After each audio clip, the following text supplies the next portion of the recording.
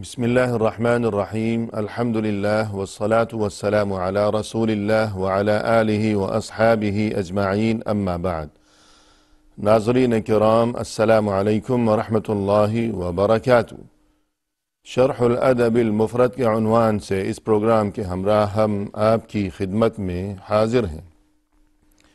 اور آج کی اس ملاقات میں ہم شروع کریں گے یہاں سے۔ یہ باب نمبر ہے 34، جس کا عنوان قائم فرمایا ہے امام بخاری رحمہ اللہ نے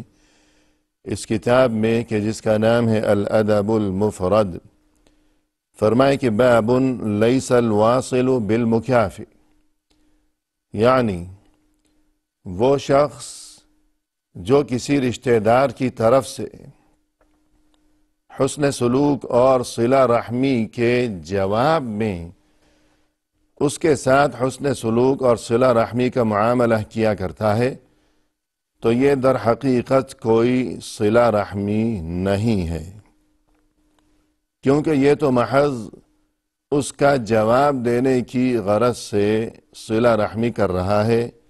نہ یہ کہ صلہ رحمی کی خاطر یہ صلہ رحمی کر رہا ہے۔ اور یہاں حدیث درج فرمائی ہے امام بخاری رحمہ اللہ نے اس عنوان کے تحت، کہ جس کا نمبر ہے 68، یعنی حدیث نمبر 68 ہمارے سامنے ہے۔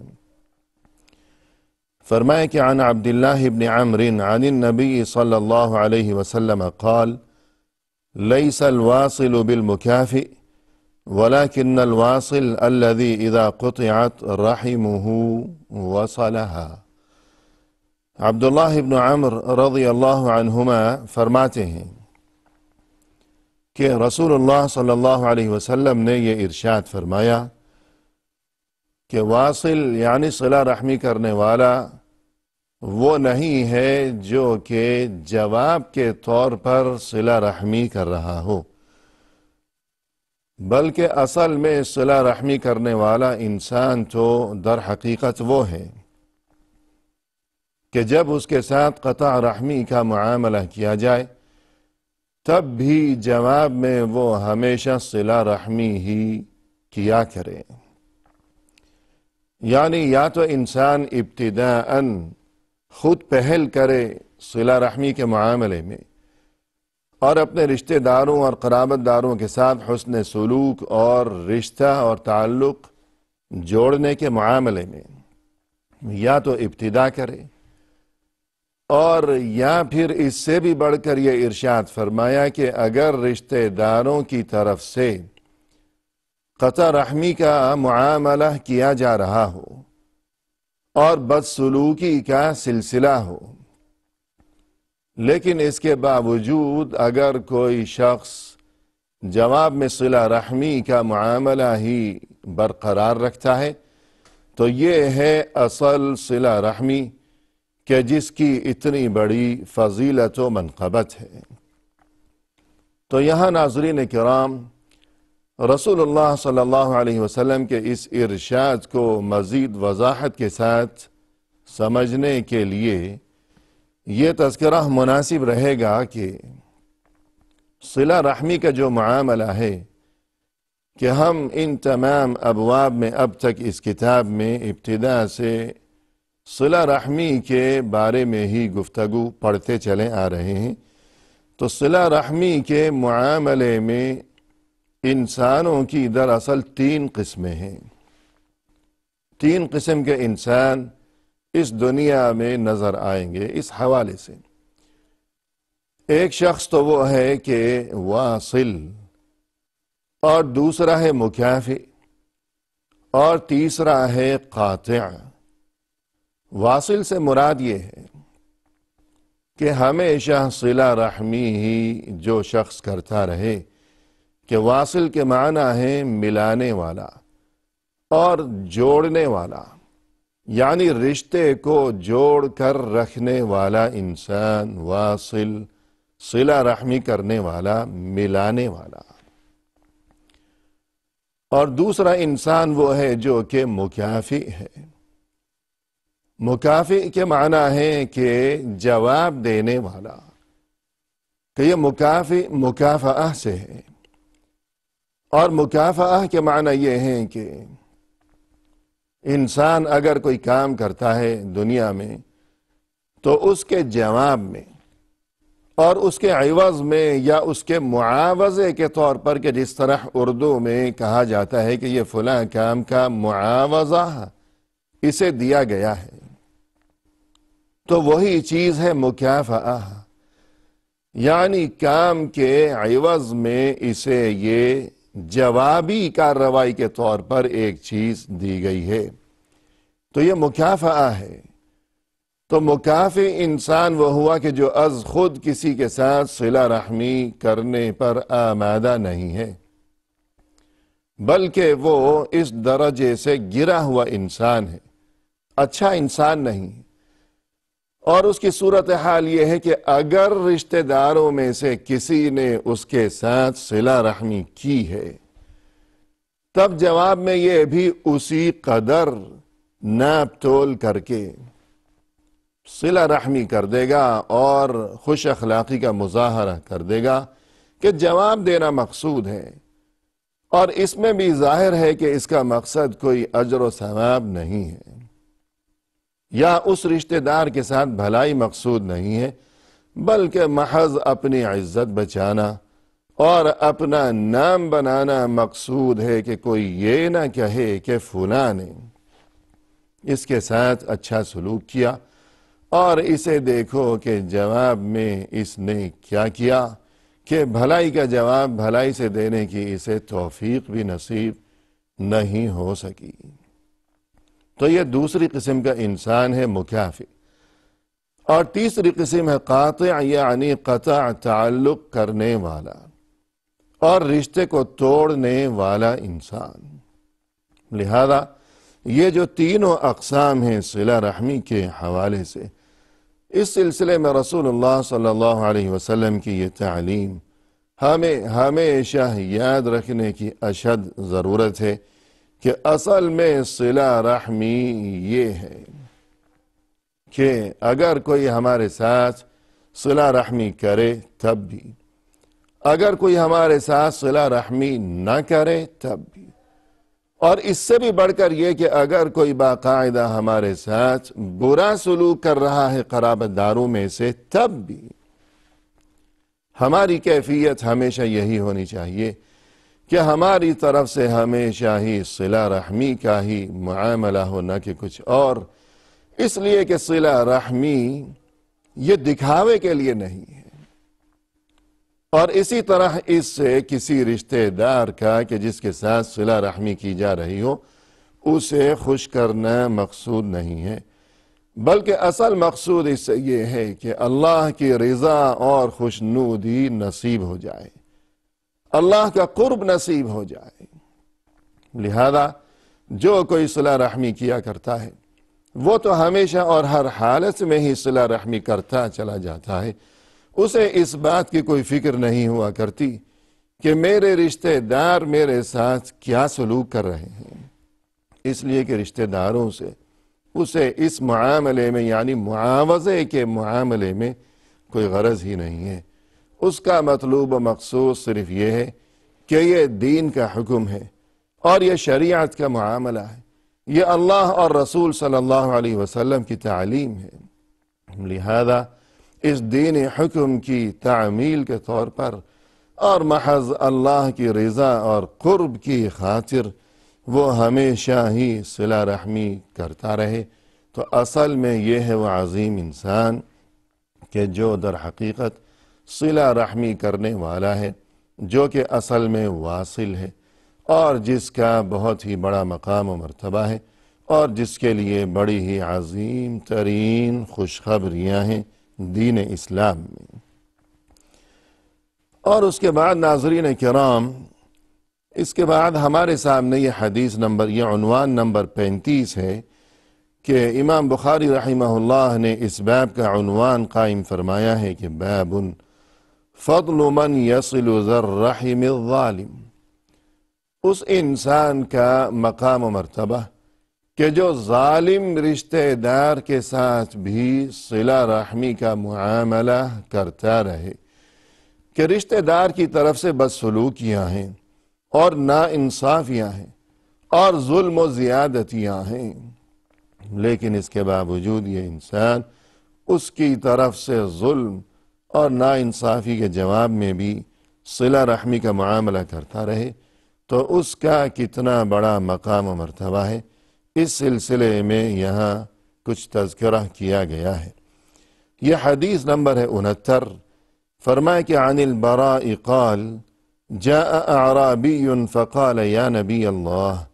علمنی عملا يدخلنی الجنہ۔ فرماتے ہیں براء رضی اللہ عنہ کہ ایک بار ایک دیہاتی شخص آیا اور یوں عرض کیا کہ اے اللہ کے رسول صلی اللہ علیہ وسلم، آپ مجھے کوئی ایسا عمل بتا دیجئے کہ جس کی بدولت مجھے جنت میں داخلہ نصیب ہو سکے۔ یہ بات سن کر جواب میں رسول اللہ صلی اللہ علیہ وسلم نے یوں ارشاد فرمایا کہ قال لئن كنت اقصرت الخطبہ لقد اعرضت المسئلہ۔ فرمایا کہ تم نے یہ جو گفتگو کی ہے ہمارے سامنے، یہ جو سوال دریافت کیا ہے، تو یہ تمہاری گفتگو بہت ہی مختصر ہے، کوئی لمبی چوڑی بات نہیں کی، بہت مختصر گفتگو کی ہے کہ مجھے ایسا عمل بتا دیجئے کہ جس کی بدولت میں جنت میں پہنچ سکوں۔ اتنی مختصر سی تمہاری یہ گفتگو ہے، لیکن جو اس کے معنی ہیں، جو مفہوم ہے، اور جس چیز کے بارے میں تم نے یہ سوال دریافت کیا ہے، وہ بہت ہی عظیم چیز ہے۔ گفتگو مختصر ہے، چھوٹی سی، لیکن وہ معاملہ بہت ہی بڑا ہے، بہت ہی اہم ہے کہ جس کے بارے میں تم نے دریافت کیا ہے ہم سے۔ یعنی اس طرح گویا رسول اللہ صلی اللہ علیہ وسلم اس معاملے کی اور اس سوال کی اہمیت کی جانب توجہ دلانا چاہتے تھے کہ بہت ہی عظیم بات اس نے دریافت کی ہے۔ اور اس کے بعد اسے جواب دیتے ہوئے آپ صلی اللہ علیہ وسلم نے ارشاد فرمایا، یعنی اس نے جو یہ سوال دریافت کیا کہ کوئی ایسا عمل ارشاد فرمائیے کہ جس کی بدولت جنت میں داخلہ نصیب ہو سکے، تو اب وہ اعمال بتائے۔ جواب میں رسول اللہ صلی اللہ علیہ وسلم نے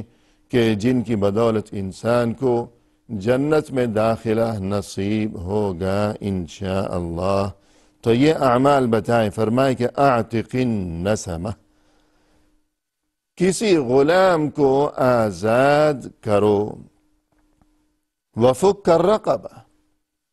اور کسی کی گردن چھڑاؤ۔ قال اولیستا واحدا، یہ ارشاد سننے کے بعد اس دیہاتی نے یوں کہا کہ اے اللہ کے رسول،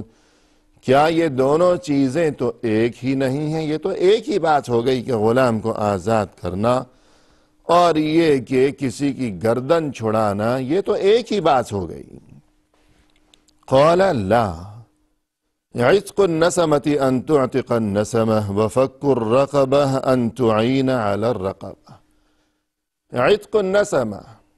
یعنی غلام کو آزاد کرنے سے مراد یہ ہے کہ تم اپنی جیب سے اپنا پیسہ خرچ کرو اور کسی غلام کو اس کے آقا سے خرید کر اللہ کی رضا کی خاطر اسے آزاد کر دو۔ یہ تو بات ہو گئی غلام آزاد کرنے کی، اور یہ کہ گردن چھڑانا، اس سے مراد یہ ہے کہ تم کسی کو آزادی حاصل کرنے کے معاملے میں اس کی مدد کرو۔ یعنی کوئی شخص ہے غلامی کی زندگی بسر کر رہا ہے، جیسا کہ اس دور میں پرانے وقتوں میں ہوا کرتا تھا، اب اس کے آقا نے اسے یہ اختیار دے دیا اور اسے یہ خوشخبری سنا دی کہ اگر تم چاہو تو مجھے اتنی رقم ادا کر دو اور اس کے عوض میں تمہیں آزاد کر دوں گا۔ یعنی یہ جو غلام آزاد کرنے کا معاملہ تھا، یا تو کوئی شخص خالصتاً اللہ کی رضا کی خاطر بغیر کسی معاوضے کے اپنے کسی غلام کو آزاد کر دیا کرتا تھا۔ ایک صورت تو یہ ہوا کرتی تھی جو کہ یقیناً بہت ہی اعلیٰ ترین درجہ ہے عبادت کا، کہ مفت میں آزاد کر دیا۔ اور دوسری صورت یہ ہوا کرتی تھی کہ وہ بھی اگرچہ بڑی نیکی ہے لیکن اس کا درجہ نسبتاً کم ہے، کہ راضی تو ہو گیا آزادی دینے پر لیکن عوض لے کر اور قیمت وصول کر کے، کہ نیکی تو کر رہا ہے کہ راضی تو ہو گیا کہ ٹھیک ہے میں تمہیں آزاد کر دیتا ہوں لیکن مجھے قیمت تو دیتے جاؤ۔ اب یہ جو غلام تھا، اس قسم کا غلام جو ہوا کرتا تھا، اب اس کے پاس پیسے کہاں سے آئیں گے؟ غلام کے پاس پیسوں کا کیا سوال؟ تو اب وہ لوگوں سے اس کام کی خاطر مدد طلب کیا کرتا تھا۔ تو یہ جو فرمایا رسول صلی اللہ علیہ وسلم نے کہ فک الرقبہ، یعنی گردن چھڑانا، تو فرمایا کہ اس سے میری مراد یہی ہے کہ اگر یہ صورتحال کسی غلام کو درپیش ہو تو اب یہ کہ اس کی مدد کی جائے اس سلسلے میں، یعنی جس طرح دوسرے لوگ مدد کر رہے ہیں تم بھی حصہ ڈالو،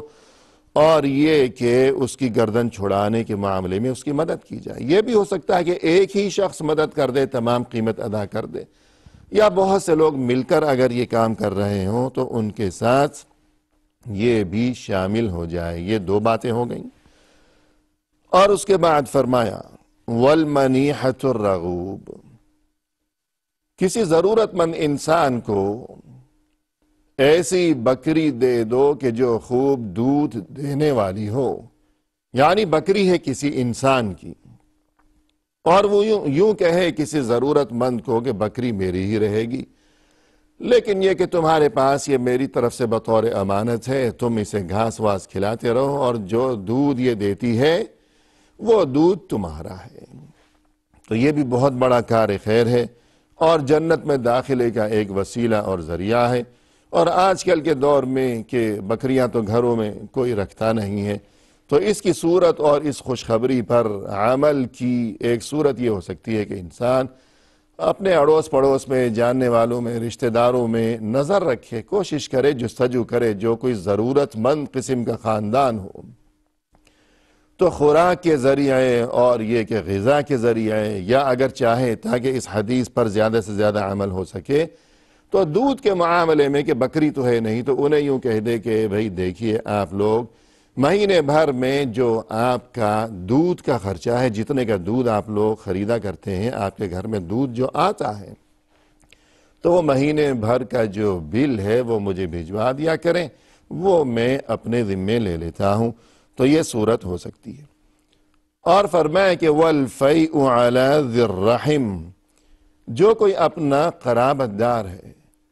اسے کچھ دیتے رہنا، اس کی مدد کرتے رہنا، اسے عطیہ دیتے رہنا، وہ روپے پیسے کی شکل میں ہو یا خوراک کی شکل میں ہو یا کسی بھی شکل میں ہو۔ اور اس کے بعد بھی کچھ چیزیں ہیں جو کہ رسول صلی اللہ علیہ وسلم نے اس حدیث میں اور اس سائل کے جواب میں ارشاد فرمائی، لیکن آج کی اس ملاقات میں ناظرین ہم اسی پر اکتفا کرتے ہوئے اجازت کے طلبگار ہیں۔ انشاءاللہ آئندہ ملاقات کے موقع پر اس سلسلے کو آگے بڑھاتے ہوئے آپ کی خدمت میں حاضر ہوں گے۔ وآخر دعوانا ان الحمد للہ رب العالمین۔